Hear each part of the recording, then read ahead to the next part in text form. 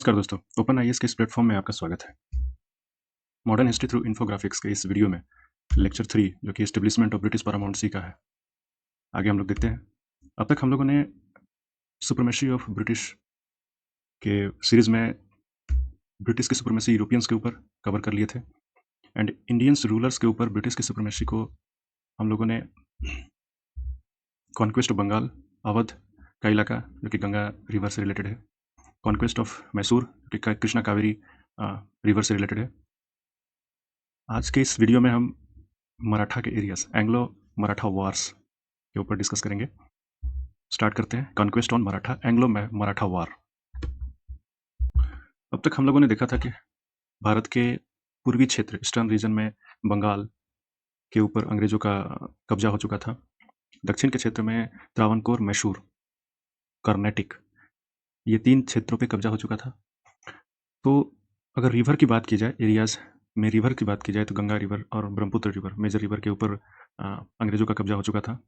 Mysore region में, Mysore, Travancore and Carnatic region में कृष्णा और कावेरी, इन 2 रिवरों के ऊपर ब्रिटिशर्स का कब्जा हो चुका था। ब्रिटिशर्स की नज़र, अंग्रेजों की नज़र अब गोदावरी रिवर की तरफ थी और बॉम्बे का जो पोर्ट था उसके हिंटरलैंड एरिया, जो कि मराठाओं की शक्ति थी, वहाँ पे मराठा की कन्फेडरेसीज थी, उसको हथियाने के ऊपर उनकी नज़र थी।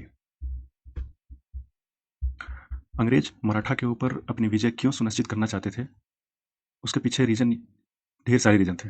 उनमें से 3 महत्वपूर्ण रीजन के ऊपर हम लोग डिस्कस करेंगे, जिसमें पहला रीजन था ट्रेड। 1760 ईस्वी के बाद चाइना में, ग्रेट ब्रिटेन यानी ब्रिटेन में एंड अमेरिका में, नॉर्दर्न अमेरिका में कॉटन का डिमांड काफ़ी तेज़ी से बढ़ रहा था। बढ़ने का कारण इंडस्ट्रियल रिवोल्यूशन का आना है। और जैसा कि हम जानते हैं कि महाराष्ट्र, गुजरात का इलाका कॉटन के प्रोडक्शन के लिए जाना जाता है। कॉटन रिच प्रोविंस है महाराष्ट्र और गुजरात का इलाका। तो अंग्रेज़ों की नज़र कॉटन के ऊपर थी और महाराष्ट्र और गुजरात से सटे हुए बॉम्बे पोर्ट सिटी होने की वजह से उन्हें एक नेचुरल रूट मिलता था ट्रांसपोर्टेशन के लिए, कॉटन को, रॉ कॉटन को एक्सपोर्ट करने के लिए। अंग्रेज़ों की पॉलिसी में सबसे पहला जो वो कंसिडर करते थे, वो अपने इकोनॉमिक पॉलिसी को ही कंसिडर करते थे, जिसमें इंडिया से इकोनॉमी को ड्रेन करना एकमात्र उद्देश्य था उनका, और उसी उद्देश्य की पूर्ति के लिए बाकी सारे काम वो करते थे, जिसके लिए कॉलोनाइजेशन बहुत महत्वपूर्ण था, बहुत ज़रूरी था उनके लिए कि अपनी इकोनॉमी एक्सप्लॉयटेशन को साधने के लिए, भारत के ऊपर इकोनॉमिक एक्सप्लॉयटेशन को करने के लिए कॉलोनाइजेशन का, टेरिटोरियल एक्सपेंशन करना बहुत ज़रूरी था। अगर वो टेरिटोरियल एक्सपेंशन नहीं करते तो उनकी जो कमर्शियल नीड थी वो फुलफिल नहीं हो पाती, उनको रॉ मटेरियल कॉटन नहीं मिल पाता। एक और रीज़न ये है मराठा के ऊपर कॉन्क्वेस्ट करने का कि उनको एक नेचुरल बेनिफिट मिल गया जब मराठा साम्राज्य में पेशवाशिप के लिए अंतर्कलह रघुनाथ राव और नारायण राव के बीच में शुरू हो गया माधव राव प्रथम के मरने के बाद। उसको हम लोग आगे चल के देखते हैं। तो पेशवाशिप की सबसे पहले शुरुआत बालाजी विश्वनाथ ने की थी, उसके बाद बाजीराव प्रथम जो काफ़ी शक्तिशाली थे पेशवा, उसके बाद उनका बेटा नाना साहब, जिन्हें बालाजी बाजीराव के नाम से थे, वो नाना साहब के नाम से जाना जाता है। नाना साहब के बाद उनका बेटा माधवराव बना प्रथम। माधवराव प्रथम 1772 ईस्वी में मर गया। पिछले के लेक्चर में हम लोगों ने यहाँ तक कवर किया था, माधवराव तक। माधवराव के बाद क्या सिचुएशन कर्व आउट होता है वो हम लोग इस लेक्चर में, क्या वहाँ का जो पेशवाशिप की सिचुएशन पैन आउट होती है वो हम लोग इस लेक्चर में देखेंगे। माधवराव का भाई यानी नाना साहब का दूसरा बेटा नारायण राव को नेक्स्ट पेशवा माधवराव के बाद बनाया गया। इससे नारायण राव को बनाने के बाद नाना साहब का भाई रघुनाथ राव यानी नारायण राव का चाचा, वो काफ़ी नाराज़ हो गया और पेशवाशिप की गद्दी हासिल करने के लिए उसने षड्यंत्र रचा और नारायण राव को मरवा दिया। नारायण राव के मरने के बाद पेशवाशिप खाली हो गई, पेशवाशिप की गद्दी खाली हो गई और एक स्ट्रगल का सिचुएशन बन गया। आनंद फानन में नारायण राव के बेटे को, जो काफ़ी यंग था, उसको पेशवा बना दिया गया। इस खबर से रघुनाथ राव बिल्कुल ही विचलित हो गया और वो अंग्रेज़ों के साथ, यहाँ एक ध्यान देने वाली बात यह है कि नारायण राव का बेटा जो पेशवा बना था वो काफ़ी यंग था, बट असली शक्ति उसके चीफ मिनिस्टर नाना फडणवीस के हाथ में थी। नारायण राव के बेटे को पेशवा बनाने के बाद रघुनाथ राव अपना अपनी शक्ति को बढ़ाने के लिए और पेशवाशिप को हासिल करने के लिए वो ब्रिटिशर्स के साथ एक संधि कर ली, जिसमें उसने ब्रिटिशर्स को आमंत्रित किया पेशवाशिप की सिस्टम में मराठा में एम्पायर में हस्तक्षेप करने के लिए, उनके इंटरनल मैटर्स में हस्तक्षेप करने के लिए रघुनाथ राव ने ब्रिटिशर्स की मदद मांगी और ये मदद उसको पेशवा बनाने के लिए था। इसके साथ साथ ये बात नाना फडणवीस जानते थे और नाना फडणवीस ने भी एक संधि की, जिसे ट्रीटी ऑफ पुरंदर कहा जाता है ब्रिटिशर से, जिस संधि के साथ नाना फडणवीस ने बड़ी चालाकी से रघुनाथ राव को साइडलाइन कर दिया और ब्रिटिशर्स को जो चाहिए था वो जो उनकी डिमांड थी वो पूरी कर ली। तो आप इस तरीके से देख सकते हैं कि पेशवा सिंह की गद्दी के लिए आपस में ही ये लोग लड़ रहे थे, इंटरनल स्ट्रगल था जिसका फ़ायदा अंग्रेज़ों ने भरपूर उठाया। पेशवाओं के बीच जो इंटरनल कलह है, ये फर्स्ट एंग्लो मराठा वॉर की शुरुआत के लिए काफ़ी था, जिसमें जो कि ट्रीटी ऑफ सूरत से शुरू हुआ और treaty of Salbai, treaty of Surat 1775 में और ट्रीटी ऑफ सालबाई 1782 में। ट्रीटी ऑफ सूरत से शुरू हुआ और ट्रीटी ऑफ सालबाई से ये युद्ध खत्म हुआ। किस प्रकार ये युद्ध पैन आउट हुआ, इसको हम लोग एक एक करके देखते हैं। जैसा कि हम जानते हैं कि जो पेशवा सिंह की जो इंटरनल लड़ाई हो रही थी उसमें रघुनाथ राव यानी नाना साहब का भाई पेशवा बनना चाहता था। जब नारायण राव को माधव राव के मरने के बाद पेशवा बनाया गया तो रघुनाथ राव ने अंग्रेजों की मदद ली और वॉरेन हेस्टिंग्स से ट्रीटी किया, जिसे ट्रीटी ऑफ सूरत कहते हैं, 1775 ईस्वी में। एक साल के भीतर ही नारायण राव को जब एसेसिनेट करके उसका एसेसिनेशन हुआ और उसका बेटा जब पेशवा बना तो उसका जो चीफ मिनिस्टर था नाना फडणवीस, वो इस बात को जानता था कि अंग्रेज इसका गलत फ़ायदा उठा सकते हैं। तो उसने एक सेपरेट संधि की, जिसे पुरंदर की संधि, ट्रीटी ऑफ पुरंदर 1776 से जाना जाता है। और ये संधि वारेन हेस्टिंग्स और नाना फडणवीस के बीच में हुई। नाना फडणवीस पेशवा की तरफ से और वारेन हेस्टिंग्स अंग्रेजों की तरफ से आए थे। इस संधि के पुरंदर की संधि होने के बाद नाना फडणवीस ने वेस्टर्न कोस्ट पे मैंगलोर के आसपास में कुछ पोर्ट का एरियाज वो फ्रेंच को दे दिया, जिस कारण से अंग्रेजों ने काफ़ी नाराज़गी व्यक्त की और उसे ट्रीटी ऑफ पुरंदर का वायलेशन मानते हुए उनके ऊपर अटैक कर दिया। ये जो युद्ध है वो बडगांव का युद्ध है, जो 1779 ईस्वी में मराठा सरदार पेशवा के सेनापति महाजी शिंदे और अंग्रेजों के बीच में युद्ध हुई। पेशवा जीते और डिसाइसिवली जीते। उसके बाद ट्रीटी ऑफ बडगांव हुआ, अंग्रेजों को मजबूरन ट्रीटी साइन करना पड़ा। अंग्रेजों ने बड़ी चालाकी से ये ट्रीटी साइन करके और 1782 ईस्वी में एक अंतिम ट्रीटी मराठाओं के साथ इस छिटपुट स्ट्रगल को ख़त्म करने के लिए किया कि वो अब एक दूसरे के रास्ते में नहीं आएंगे, एक दूसरे का एक फ्रेंडली रिलेशन मेंटेन करेंगे। और ये ट्रीटी इंपॉर्टेंट ट्रीटी है, ट्रीटी ऑफ सालबाई, जो 1782 ईस्वी में अंग्रेजों और मराठाओं के बीच में साइन हुई।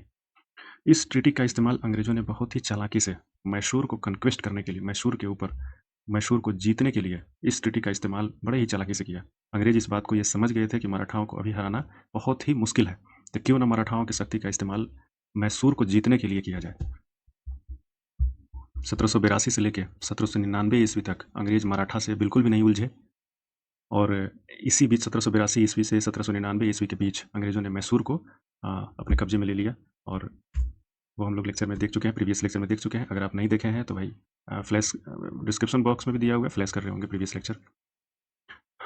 अब हम लोग जानते हैं कि ये जो मराठा कन्फेडरेसी थी ये कैसे बटी हुई थी, ये कितने बड़े एरियाज़ में, जैसा कि आप देख सकते हैं कि सेंट्रल एरियाज़ और साउदर्न एरियाज़ के most of the area region में ये फैले हुए थे। नॉर्थ से साउथ की अगर हम लोग इसको असाइन करते हैं, इनकी ऑर्डर में नॉर्थ से साउथ को अगर हम लोग सजाते हैं तो सबसे नॉर्थ में सिंधियाज़, उसके बाद जिनका एरिया था ग्वालियर, उसके बाद इंदौर के होलकर्स, उसके बाद बड़ौदा के गायकवाड्स, उसके बाद बेरार के भोसले जो नागपुर का एरिया था, और सबसे साउथ में पेशवास जो पूना के पेशवास है। तो ये मराठा कन्फेडरेसी को अरेंज करने का नॉर्थ टू साउथ ये एक आता है।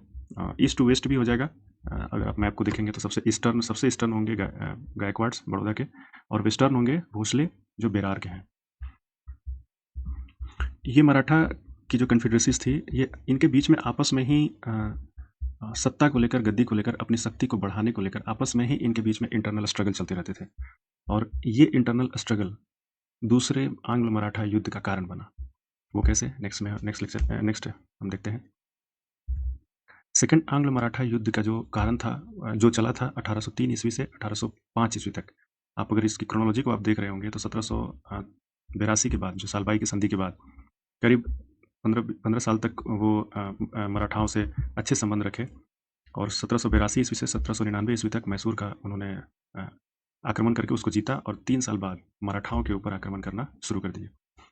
मराठाओं के बीच में जो कन्फेडरेसी के बीच में जो इंटरनल कॉन्फ्लिक्ट था, वो एक महत्वपूर्ण कारण था, जिसमें ये पहला जो कन्फेडरेसीज़ के बीच में इंटरनल कॉन्फ्लिक्ट की वजह से युद्ध हुआ, जो होलकर, इंदौर के होलकर थे, यशवंत राव होलकर, वो पेशवा के ऊपर, जो उस समय पेशवा थे बाजीराव सेकंड, इनके ऊपर 1802 ईस्वी में आक्रमण कर दिया, जिसे बैटल ऑफ पूना के नाम से भी जाना जाता है।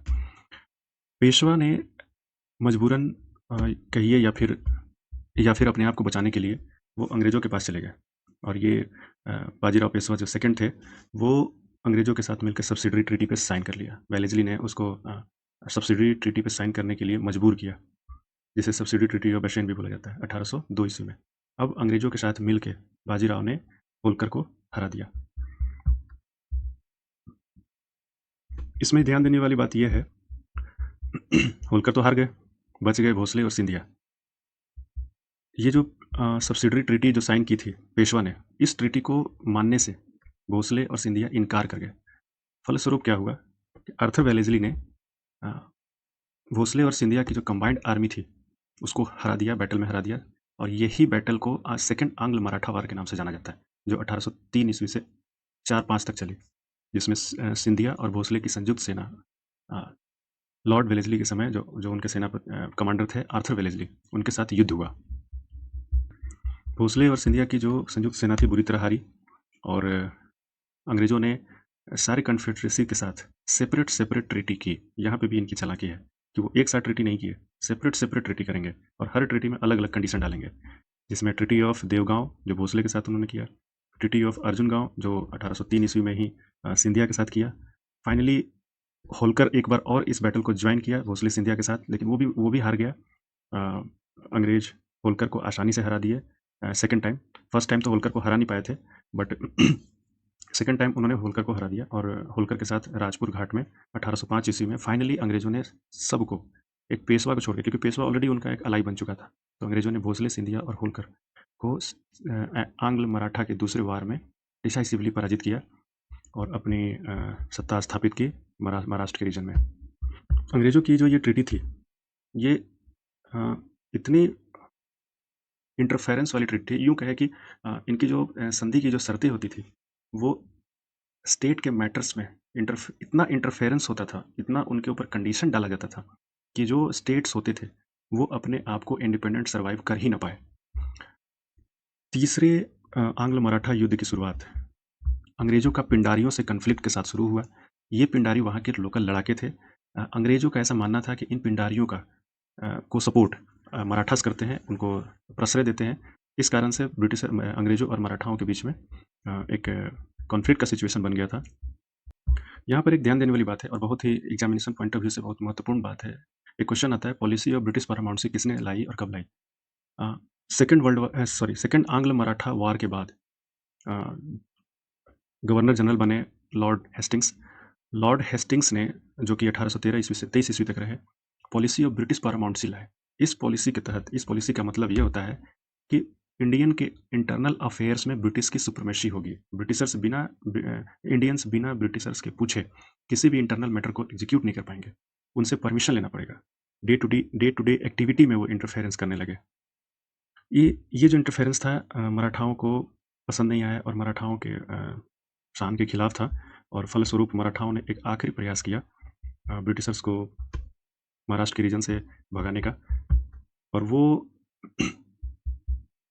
प्रयास जिसमें पेशवा बाजीराव द्वितीय, मल्हाराव होलकर और माधोजी भोसले, ये मिल के इन तीनों ने, यानी पेशवा, होलकर और भोसले, इन तीनों ने मिलकर एक यूनाइटेड फ्रंट बनाया और ये फ्रंट ब्रिटिशर्स के साथ युद्ध किए, जिसे तीसरा आंग्ल मराठा वार के नाम से जाना जाता है, जो 1817 ईस्वी में स्टार्ट हुआ और एक साल के अंदर ही ये ख़त्म हो गया। ब्रिटिशर्स जीत गए और पेशवा को गद्दी से हटा दिया गया और उन्हें पेंशन दे करके उन्हें कानपुर भेज दिया गया। जब हम 1857 की क्रांति पढ़ेंगे ना, तब हम वहाँ देखेंगे कि जो मराठा के पेशवा थे, वो कानपुर में थे और कानपुर से वो 1857 की क्रांति को सहयोग कर रहे थे। उस समय ये आप लिंक कर पाएँगे कि वो मराठा के पेशवा कानपुर में क्या कर रहे थे।